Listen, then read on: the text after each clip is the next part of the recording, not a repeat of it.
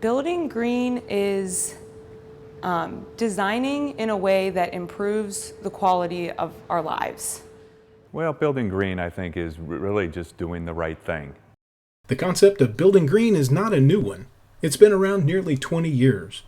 But as technology improves and more of the construction industry is embracing the practices, green building is changing the way we look at our resources. When I look at green building, I look at it as a process of making an informed decision.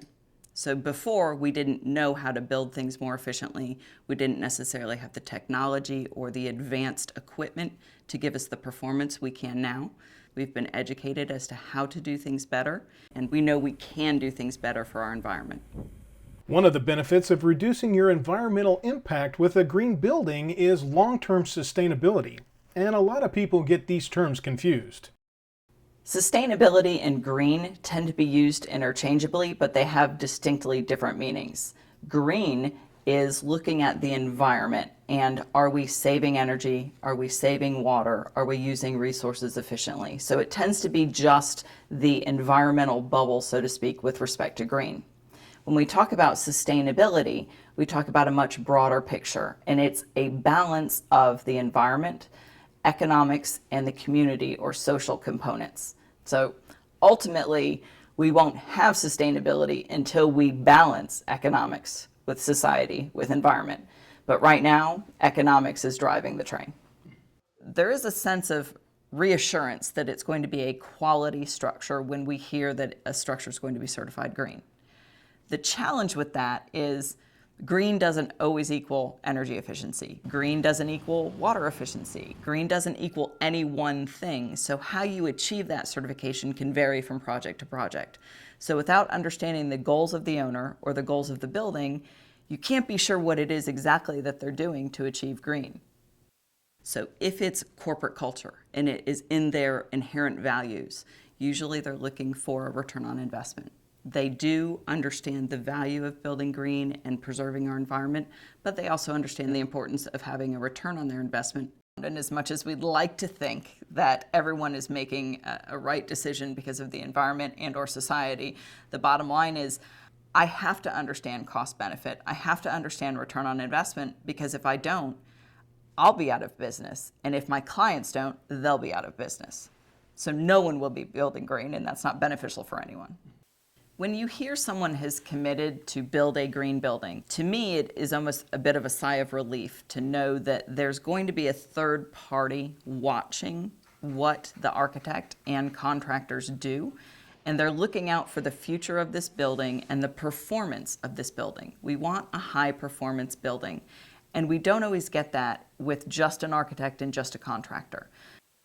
We see a lot of investors saying we want our portfolio of investments to be assets. And we also see finance partners requiring that their projects have a green component to them. Do they know exactly what that means? Usually not necessarily. They pick a certification program, and that's the value of the certification programs, is that the finance partners, the investment folks, the corporate culture, they're not subject matter experts in green building. But the programs that the U.S. Green Building Council, that Florida Green Building Coalition have come and created help these companies achieve their mission. One of the green building certification programs that is widely known around the world is LEED. LEED stands for Leadership in Energy and Environmental Design, and it is a certification program for commercial buildings. That program has expanded to encompass other types of buildings, and that program was created by the U.S. Green Building Council. The U.S. Green Building Council first formed in 1993. They released a pilot version of LEED in 1998, which actually didn't work very well. They revised it and released the first version in 2000. The LEED certification program is a tiered program, meaning you can be certified, you can be silver, gold, platinum. And what that means is you have achieved additional criteria or qualified for additional criteria that this program requires.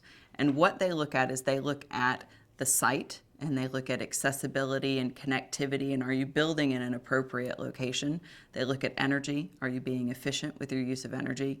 water efficiency, both indoors and outdoors. They look at the health of the interiors, the selection of materials that you've chosen, and also look at bigger picture, holistic sustainability issues. So each building would look at the credits and identify credits that they want to pursue based off of the individual project goals. Those credits always vary from project to project. So with respect to achieving certification, each of those categories has specific credits. You accumulate enough points and you can achieve certification. The more points you accumulate, the higher the certification level you achieve.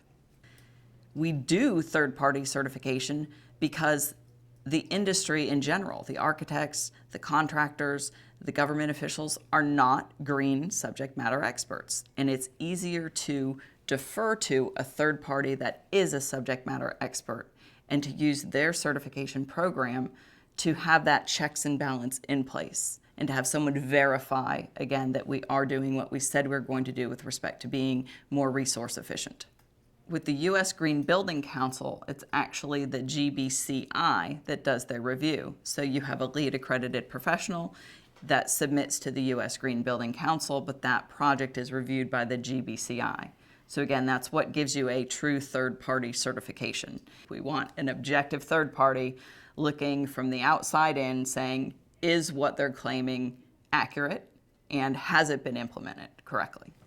One incentive for Florida businesses is a green building certification program designed specifically for Florida buildings. The Florida Green Building Coalition is a nonprofit organization that was founded back in 2000 to develop voluntary green building standards for Florida. The whole purpose of the standards is to ensure that Florida develops sustainably, so we protect our beautiful natural environment here. The Florida Green Building Coalition standards are unique in that they are the only standards developed with climate-specific criteria for Florida's hot, humid environment and our natural disasters such as hurricanes, wildfires, flooding, termites even. The national programs such as LEED, because they are national programs, they have to address various climate zones, and their standards are based on heating-dominated climates where Florida is predominantly a cooling-dominated climate. So that's why the FGBC standards work best in the Florida environment. The FGBC standards are like all the other standards which have different certification levels, bronze, silver, gold, and platinum. The Florida Green Building Coalition has 5 standards. We have residential, commercial, land development, high-rise residential, and then we have the only local government standard in Florida. The state of Florida has its own energy code and its own building codes, and they are typically 15% more stringent than national codes. You may be silver for us, and because our standards are more strict in Florida, you may get gold in another program. A leader in the rental car market is also leading the way in environmental design and efficiency in Southwest Florida.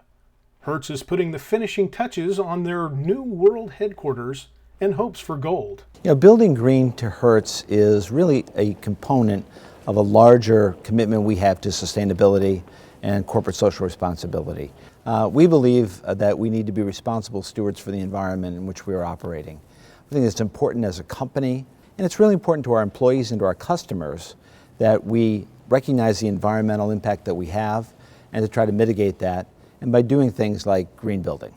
We have a history of being green. Our old facility in Park Ridge, New Jersey, which was not built to be green, we actually reconverted, and it was and is LEED certified gold. When we originally designed this building, it was designed to be green. And that is a whole lot easier than trying to retrofit it like we did in our Park Ridge facility. Here, we built into the design and the process the fact that we wanted this to be as environmentally friendly as possible. You build it into the plan, and actually it becomes fairly easy. It's a little bit more money up front, But over the long term, what you end up doing is you reduce the cost, you reduce our footprint on the environment, our carbon footprint, and overall it really becomes a great environment for the employees, and our customers love it too. LEED certification is a well-respected international brand that actually provides the performance metrics that you need to make sure you know what you're certifying to and being able to accomplish.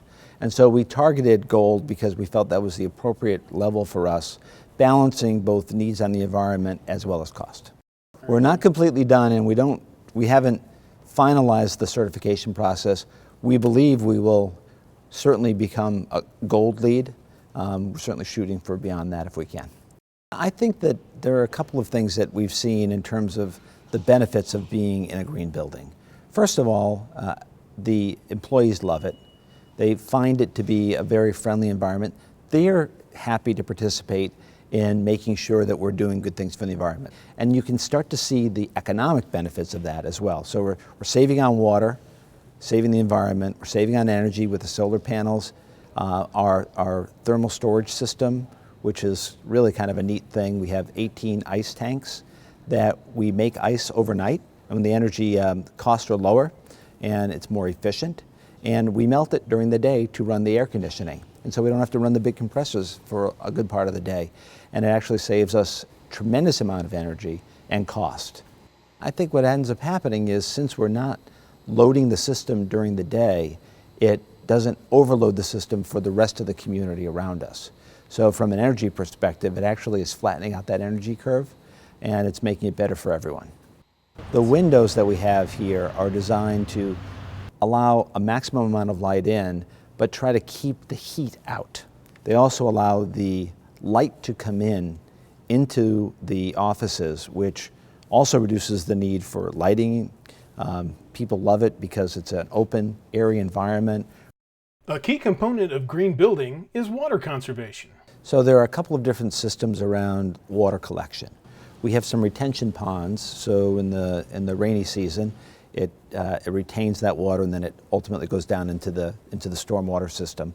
In addition, as water comes off the solar panels, it gets collected in cisterns, and that is reused in the building to run that infrastructure where you don't need drinking water, but you need other water to keep the building running.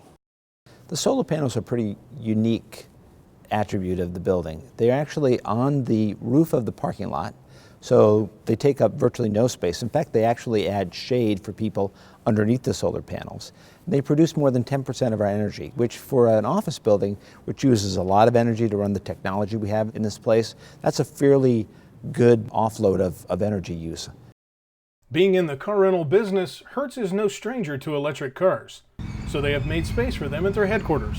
We have 32 car charging stations right now. Honestly, we don't use that many right now, but we're actually building for the future. So we have 32 car charging stations. For us, that's a great showcase also for what we're trying to do environmentally and what we're trying to do with our customers. When our customers come to visit, they've noted the fact that we are actually trying to be very green about this, particularly the customers that we know care a lot about that. Florida is home for Chico's, so choosing the Florida Green Building Coalition standard for a third-party certification program was a natural decision. Well, building green, I think, is really just doing the right thing. We have a large footprint here. We have 1,500 associates, 504,000 square feet of office space. And so we use a lot of water, we use a lot of energy, but if we can make it as efficient as possible, which we've done. We use a lot, we know that, but we use less than you would normally if you didn't build green. I've been here almost 15 years, and I've seen over the years our associates are a lot younger. So they've grown up with building green, and we try to meet their requests, and it's paid benefits for us over the years. The difficulty of building green is that in some instances it's a little more expensive. This building is 150,000 square feet, so you document a lot as you're going along. We built this building through certification from the Florida Green Building Coalition, because they take into consideration building in Florida. It's a lot different than it is building in the Midwest or somewhere else. You take into consideration the plantings, the landscaping. Most of our planting, about 90%, are drought-resistant plants. The other thing they take into consideration is disaster mitigation with hurricanes, wind events.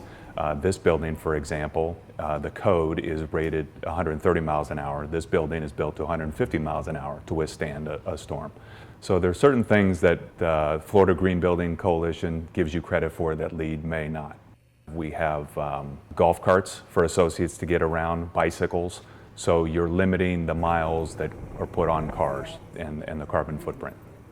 We have high efficiency HVAC chillers. We have other chillers on campus that were put here in 1994. So we can definitely tell the difference, not only in the performance, but in the cost of running them. This building is much cheaper to run than other buildings on campus, just because of the high efficiency chillers. During the construction process, we knew we were going to build green. So there was some things we had to make decisions on, whether we wanted to get the credit at that point. There are some things we didn't take the credit on, just because the cost would have been prohibitive for us to do that. But you know, as we went along, we knew where we were as far as credits and achieving the standard we wanted to achieve. And really, it was during the planning process that we determined a lot of materials. 50% of the construction material was recycled. So that's a big deal on a building this size. I think our associates are proud to say that this is a green building. We have a plaque downstairs that they see every day, and that they know that we're trying to do our part, and they're doing their part in the community to lower the carbon footprint. Setting goals for the building is important. Chico's knew the program they wanted to use and the level they wanted to achieve. You know, you could go double platinum level, whatever you wanted to do if you wanted to spend the money. I mean, we're a publicly owned company. We have shareholders and a responsibility to them to control our expenses. So we made some decisions as we went along what would work. We wanted to get to gold level and achieve that with really no issues. So I think, again, for us, we're very happy with what we did and the decisions we made. As we've seen with Chico's and Hertz, education of the process is key to effective green building. Florida Gulf Coast University is not only doing their part to be sustainable, but also shaping future leaders. Building green is simply picking the best products, the best processes for that given building at this given time, looking long term. We're an urban campus. We've got tall buildings, 4-story buildings. We've got very urban environments, but we've also have the natural environment that's nestled right up to us. And I think preserving that is just so important. We think it's the right thing to do. And again, if you look long term, it really is the most economical way of building as well. It is also looking further into the future so that we can maintain that environment for future generations of students and staff and faculty. Well, building green is something that the university entered into back in 2007 when the late Dr. Pegnetter was here. The President's climate commitment was signed. So at that point in time, one of our first tangible actions was to set a policy that said all future buildings will be LEED Silver or higher. And we've met that. Every single building that we've built since signing that commitment has been LEED Silver or higher. LEED seems to have more name recognition nationwide than any of the other certification systems. So we wanted to select something that was known, something that is tried and true. Certification is important in that it demonstrates to the community and the students our commitment to the environment and our commitment to building sustainably. LEED is a third-party confirmation system that shows what we're already doing. So it is a outside source which confirms that we're building green. The LEED certification system ranking has a point system, and so the more points that you accumulate for building features, the higher your ranking, your certification. So to get to the platinum level takes just more points. So that can be putting more effort into being even more energy efficient. With the beauty of the solar field here that we sit in, and the ability to purchase products and some of the things we do as far as how we build our buildings allowed us to get the necessary points to get those LEED certifications. This particular solar field here that we're on is a 2-megawatt system. It was constructed in 2009, and it supplies power to 3 academic buildings: Lutgert College of Business, Holmes Hall, formerly AB7, which is now Seidler Hall. Now the complete output of this field channels the power to those three facilities. In this case, for example, Seidler Hall, which it was AB7 at the time, our initial goal was gold, so that the process at that point in time was the solar field was being built almost simultaneous to the building. So we knew we had an opportunity to use the points from it in the building. So when they got together and they put the point structure together, we realized the solar field would benefit Seidler Hall to the point of taking it from a gold building to a platinum building, which at that time, we were the only academic lab facility in the state that was going to be a platinum building. So that was kind of a neat deal that we were the first to achieve that platinum standard in a building, in a lab facility. And it all had to do with the solar field and the points that were created from it in that structure. One of the ways FGCU is shaping our future leaders is with a required environmental course called Colloquium. The University Colloquium is one of many ways that sustainability is integrated throughout our curriculum. The University Colloquium, the learning outcomes for that course are for students to gain an ecological perspective and a sense of place and an understanding of the principles of sustainability. The thing with sustainability is that it's not just sustainability coordinators' job to make our future bright and the world a peaceful place. It's every profession's job. Every profession has some piece of the puzzle to contribute. And so we try to prepare our students, no matter what they're studying, whether it's business or finance or engineering, to be able to go out into the world and understand what piece of the puzzle they have and apply it. So we do that by bridging operational and educational goals. We give students the opportunity to participate in things like our energy audits, in biohazardous waste remediation and mitigation projects. They study our campus. They go out and take surveys of the tree canopy, and it's a really applied and hands-on learning experience. While building green is a good step in creating more efficient buildings and workplaces, there are issues that still need to be addressed for future success. I would say that one of the challenges is there's a difference between real sustainability and perception of sustainability. Most sustainability features in a building are passive. You don't see them. It's how efficient your mechanical system is. It's the type of lighting that you have. It's natural light brought into the building through windows. So it's not always a billboard item. It's not always something that you see. It's the influence that I have to put in more visible sustainability. So it's that perception versus the real sustainable features. One of the deals that LEED, from my standpoint, as I maintain these facilities and I pay the bills, obviously, is the after effect of LEED. Now, everything on the front end is the point structure, you get the nice plaque on the wall, but on the back side, the LEED component doesn't have a follow-up to, okay, does this building, it is platinum, but it does actually perform? And that is something that's lacking. Us as a university currently are working with some consultants on some benchmarking. So what that means is we're studying the building and how it actually performs. We look at all the light bills, the water, time of use, all the components that go into operating a building. And what we're doing with that is we're charting that and see where that actually sets up with other lab facilities and see where do we rank. I mean, does this building actually perform or not? In the case of our building, we'll find out, and if it doesn't, then we'll tweak it. We'll see what we can do to make the changes to make it a better performing building. We have to look for new ways to become even more efficient. So that's always a challenge, is evolving with the times, evolving with the technology, and continuing to incorporate those into the buildings. You always strive to be better, and we're always pushed to do so, and that's a good thing. That's awesome.